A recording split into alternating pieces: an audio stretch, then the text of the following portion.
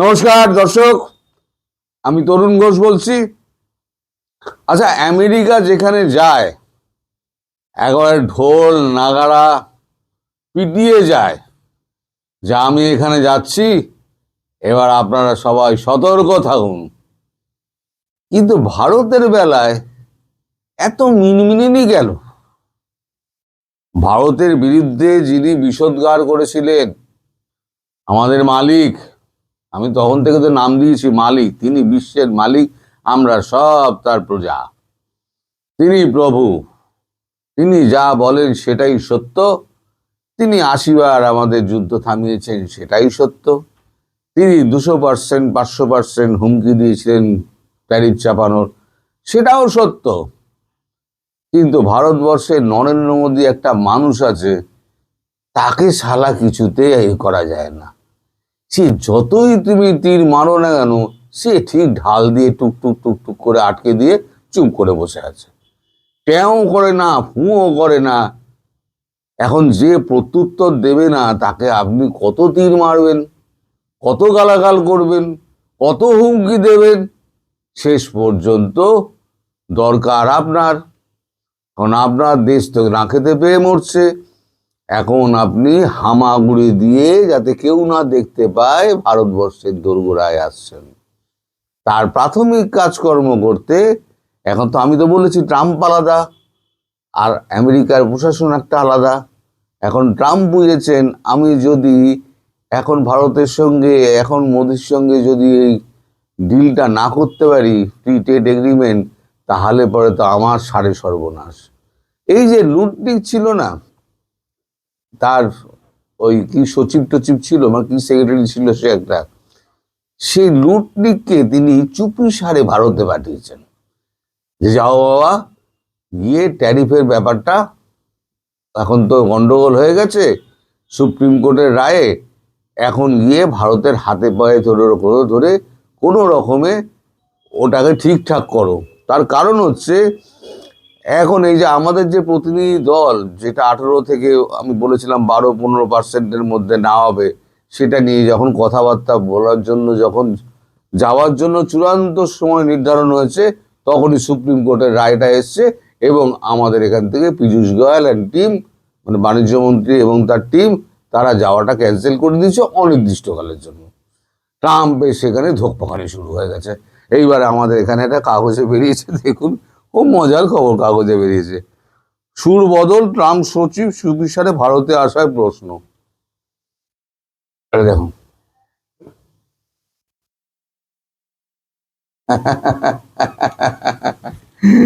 খবরটা পড়ছি, শুনুন। কয়েক মাস আগের কথা, ভারতকে তখন তুলোধনা করছেন তিনি। রাশিয়া থেকে তেল কেনা বাড়ানো নিয়ে হুমকি দিয়ে বলেছেন বেশি দিন ওয়াশিংটনকে অগ্রাহ্য করে রুশ তেল আমদানি বহাল রাখতে পারবে না নয়াদিল্লি। আমেরিকার চাপের মুখে 2 মাসের মধ্যে দুঃখিত বলে ক্ষমা চেয়ে বাণিজ্য চুক্তি করতে হবে, এমন অবস্থার সৃষ্টি হয়। এই হুঙ্কার দেওয়া ট্রাম্পের সেই বাণিজ্য সচিব হার্ডওয়ার্ড লুটনিক, বাণিজ্য সচিব মানে আমাদের যেমন পীযূষ গোয়াল, তেমনি ওদের হচ্ছে হাওয়ার্ড লুটনিক, তিনি বৃহস্পতিবার চুপিসারে ভারত সফর করে গেলেন। কাউকে জানায়নি, না আমেরিকা জানিয়েছে, না অন্য তার কংগ্রেস কেউ জানিয়েছে, ডেমোক্র্যাট বা রিপাবলিক কেউ জানিয়েছে, কেউ জানেই না ব্যাপারটা। লুটনিক চুপিসারে এসছে একটা প্রাইভেট জেট নিয়ে, এসে বাণিজ্য সচিবের সঙ্গে কথাবার্তা বলেছে, হ্যান্ডশেক ফ্যান্ডশেক করে আমরা দুঃখিত এই সমস্ত কিছু একটা হয়েছে। তো যাই হোক, সেটা লেখা নেই এখানে। এমনি তো আসেনি, এমনি আসেনি, চাপে পড়লে না হয় সব সব সব গাছে উঠে যায় চাপে যখন পড়ে। এদেশে আমেরিকার রাষ্ট্রদূত সার্জিও গোরের সঙ্গে বৈঠক করলেন বাণিজ্য মন্ত্রী পীযূষ গোয়েলের সঙ্গে, এবং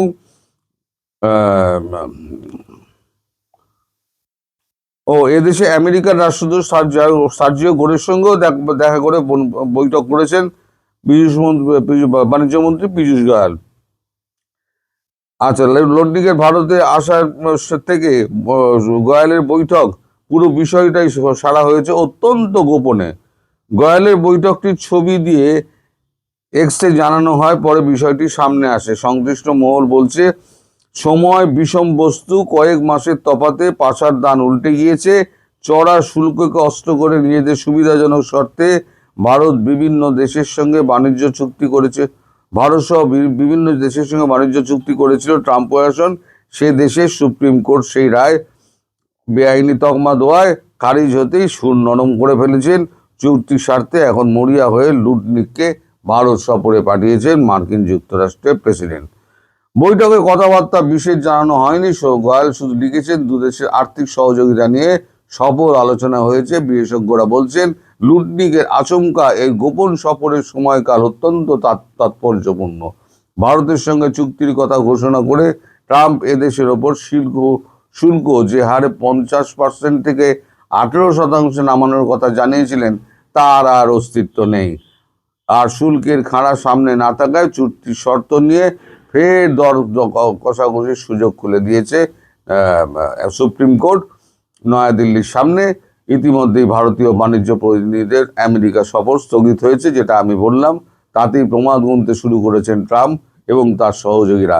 আঁচ করেছেন, দ্রুত না এগোলে অচিরেই বদলে যেতে পারে বাণিজ্য চুক্তির গোটা ইতিহাস। দম শেষ, যা দমটম ছিল সমস্ত দমটম ফুরুত হয়ে গেছে। এখন চাপে বললে সব গাছে ওঠে। এখন আমেরিকা যেখানে যায় সে তো একদম ঢাকঢোল নাগাড়া পিটিয়ে যায়, কিন্তু ভারতে ভাই এলি কেন? চুপিসারে প্রাইভেট জেট নিয়ে কাউকে না জানিয়ে আমাদের বাণিজ্য মন্ত্রী পীযূষ গোয়াল যদি এক্স হ্যান্ডেলে ছবিটা পোস্ট না করতেন, তাও তো ভেতরের ব্যাপার উনি ভাঙেননি। ভেতরে কি কি হয়েছে কথাবার্তা সেটা উনি ভাঙেননি। উনি ভদ্রলোকের মতো শুধু ছবিটা ছেপে দিয়েছেন একটা সরকারি তথ্য একটা মানে রাখার জন্য, যে ইনি এসেছিলেন, এনার সঙ্গে কথাবার্তা হয়েছে, বাণিজ্য চুক্তি নিয়ে কথাবার্তা হয়েছে। ভেতরের গল্প কিন্তু কিছু হয়নি। যা খিস্তি খাস্তা, যা গালাগাল একে অপরকে যা করেছিলেন, সেগুলো সব শোধ পীযূষ গোয়াল। পীযূষ গোয়াল অত্যন্ত হার্ড নাট, ভীষণ হার্ড নাট। ওনায় কিন্তু দমানো খুব মুশকিল আছে। হ্যাঁ, তো উনি তো সহজে ছাড়বেন না। এবং আমি বলেছি না যে লেজে খেলাবে, পীযূষ গোয়াল বলেছিল যে মার্চের মিডলের মধ্যে চুক্তি হয়ে যাবে। আমি বলেছিলাম না, লেজে খেলিয়ে ওই গার্ডারের মতো টানতে টানতে দেখবেন সেপ্টেম্বর, অক্টোবর, নভেম্বর 2026 পেরিয়ে গেছে, কি 2027 পড়ে গেছে। অত তাড়াতাড়ি ভারতবর্ষ করবে না। তুমি যত বদমাইশি করবে তোমার শাস্তি তত হবে। তা এদিকে গেল তো এইটা।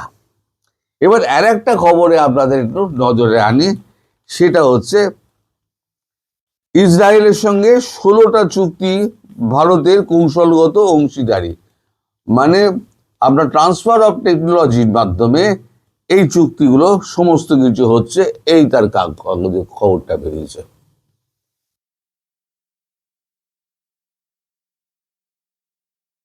ষোলোটি চুক্তি ইসরায়েলের সঙ্গে ভারতের কৌশলগত অংশীদারিত্ব, কৃষি থেকে প্রতিরক্ষা, কোয়ান্টাম থেকে কৃত্রিম মেধা, দুর্লভ খনিজ থেকে ইউপিআই প্রযুক্তি ক্ষেত্রে সহযোগিতা। আজ প্রধানমন্ত্রী নরেন্দ্র মোদীর ইসরায়েল সফরের শেষ দিনে 16টি চুক্তি সই করল ভারত।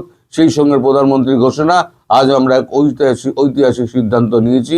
ভারত এবং ইসরায়েলের কালো তৃণ দ্বিপাক্ষিক সম্পর্ককে বিশেষ কৌশলগত অংশীদারিত্ব মর্যাদায় উন্নীত করা হলো। পারস্পরিক বিনিয়োগ বাড়াতে দুদেশই সই করেছিল দুদেশের লগ্নি চুক্তি। চলতি বছরের মধ্যেই যুক্ত বাণিজ্য চুক্তি সই হতে চলেছে। এই আবহে আজ মোদি ইসরায়েলের প্রধানমন্ত্রী বেঞ্জামিন নেতানিয়াহু যে উচ্চ এবং নবাগত প্রযুক্তির অংশীদারিত্ব কথা ঘোষণা করে, তাতে কৃত্রিম মেধা, কোয়ান্টাম এবং দুর্লভ খনিজ ক্ষেত্রে সহযোগিতা বাড়াবে বলে জানানো হয়েছে। এরপরে আরও আছে, সেগুলো হচ্ছে গিয়ে আপনার আগে অনেক বেরিয়ে গেছে, সুতরাং সেগুলো নিয়ে প্যাড আপ করে খবরটাকে বাড়িয়েছে। অনেক সময় জায়গা ভর্তি করতে হয়, তো তখন বলে যে হয়তো 200 ওয়ার্ডের জায়গায় 300 350 লিখে দাও, তাহলে প্যাড আপ করে আমি ভর্তি করে দেবো। তো এই প্যাড আপ করার স্টোরি শুনিয়ে তো আপনার লাভ নেই। তো যাই হোক, এখন ইসরায়েল আর আমেরিকা অস্ত্রে কিন্তু এবং টেকনোলজিতে দুজনকে পাল্লা দেয়। এখন ইসরায়েলের কাছে এমন এমন কিছু জিনিস আছে যেগুলো আমেরিকার কাছে কিন্তু নেই। আর আমেরিকা সেই সমস্ত অস্ত্র নিয়ে সারা বিশ্বে দাদাগিরি করে, কিন্তু ইসরায়েল কাউকে দেয় না। ইসরায়েল কাউকে ট্রান্সফার অফ টেকনোলজি দেয় না, ইসরায়েল কাউকে অস্ত্র দেয় না। এবং ভারতের সঙ্গে সম্পর্কটা এত গভীর এবং আত্মজ এবং দীর্ঘদিনের। 1999 সালে যখন আমরা কারগিল চড়েছিল পাকিস্তান বাহিনী, তখন কিন্তু আমাদের গাইডেড মিসাইল দিয়েছিল কিন্তু ইসরায়েল। সেই গাইডেড মিসাইল দিয়ে কিন্তু আমরা অ্যাটাক করে পাকিস্তানকে হারিয়েছিলাম, নইলে আমাদের হারাতে খুব কষ্ট হতো, আমাদের বহু সৈনিক আরো শহীদ হতেন। ইসরায়েল ওইরকম ভারতের পাশে একদম দৃঢ়ভাবে দাঁড়িয়ে আছে। ইসরায়েলের প্রধানমন্ত্রী কি বলে জানেন?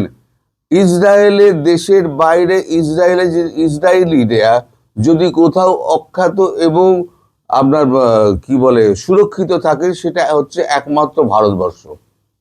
ভারতবর্ষে যাওয়ার ক্ষেত্রে এবং থাকার ক্ষেত্রে ইসরায়েলের কোনো আপত্তি নেই, কারণ ভারতবর্ষ একটা বৃহৎ গণতান্ত্রিক রাষ্ট্র এবং ভারতবর্ষ বন্ধুত্বের মর্যাদা দিতে জানে। ফলে ইসরায়েল তার যে নাগরিক আছে সেই নাগরিকদের ভারতবর্ষে আসতে চাইলে এক কথায় তাদেরকে দিয়ে দেবে, নইলে পরে হাজার রকম প্রশ্ন করবে এবং আটকে দেয়। কারণ ইসরায়েলের একটা নাগরিক যদি অন্য দেশে গিয়ে আটকে পড়ে, তাহলে ইসরায়েলের কাজ হচ্ছে সেই নাগরিকটাকে ফিরিয়ে আনা। তার জন্য সে যত $1 মিলিয়ন খরচা হোক না কেন, ইসরায়েল সেটা করবে। তো যাই হোক, এই যে ট্রান্সফার অফ টেকনোলজি হচ্ছে, এই ট্রান্সফার অফ টেকনোলজিতে আরো জ্বলবেন ডোনাল্ড ট্রাম্প। যে ইসরায়েল ট্রান্সফার অফ টেকনোলজি করলো, তার মানে ওই জিনিসটাই ভারতে তৈরি হবে। ট্রান্সফার অফ টেকনোলজি কি, টেকনোলজিটা ট্রান্সফার করে ভারতে দেওয়া হচ্ছে, এবং ভারতের ইউপিআই সিস্টেমের টেকনোলজিটা হচ্ছে ইসরায়েলকে দেওয়া হচ্ছে। আমাদের যে ইউপিআই সিস্টেম আছে সেটা ইসরায়েলকে দিয়ে দেওয়া হচ্ছে টেকনোলজিটা। আর অস্ত্রশস্ত্রের যে সমস্ত এগ্রিমেন্ট এগুলো রয়েছে, সেগুলো এখানে ট্রান্সফার অফ টেকনোলজির মাধ্যমে ভারতে আসছে, ভারতই তৈরি করবে। যেমন রাশিয়ার সঙ্গে S-400 করছে ট্রান্সফার অফ টেকনোলজির সঙ্গে মাধ্যমে, SU-57 করছে রাশিয়ার সঙ্গে ট্রান্সফার অফ টেকনোলজির মধ্যে।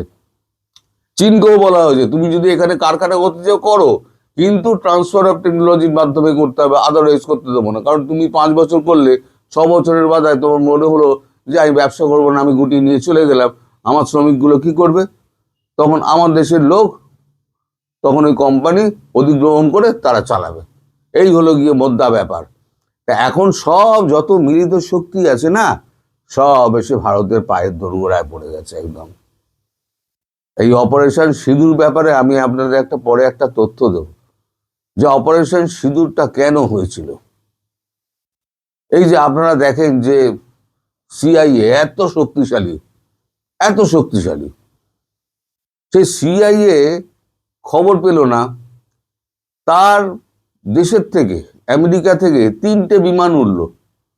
3টে বিমান উড়ে তার মধ্যে একটা পেন্টাগনে মারতে গিয়ে তলায় ভেঙে পড়লো যাত্রীদের এতে ধস্তাধস্তিতে, আর 2টো সোজা গিয়ে একেবারে টুইন টাওয়ারে মেরে দিল। কি করে হলো? প্রশ্ন জাগবে তো, কি করে হলো? আপনি বলেন ইসরায়েল একটা মাছই ঢুকলে মোসাদ খবর পেয়ে যায়।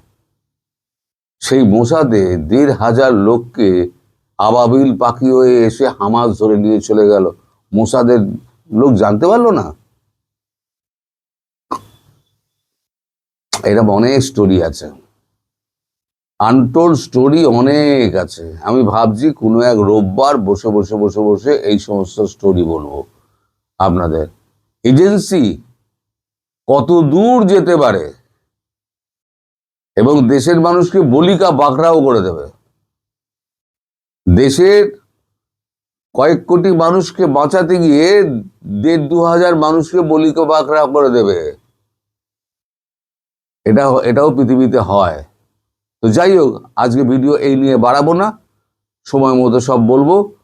সবাই ভালো থাকবেন, সুস্থ থাকবেন এবং সাবধানে থাকবেন। আর মালিকের জন্য একটু প্রার্থনা করবেন, মালিক যেন সুস্থ এবং সবল থাকেন, এবং আরো যেন উনি টুইটারে লেখেন, ওনার সোশ্যাল মিডিয়া ট্রুথ সোশ্যালে। নমস্কার।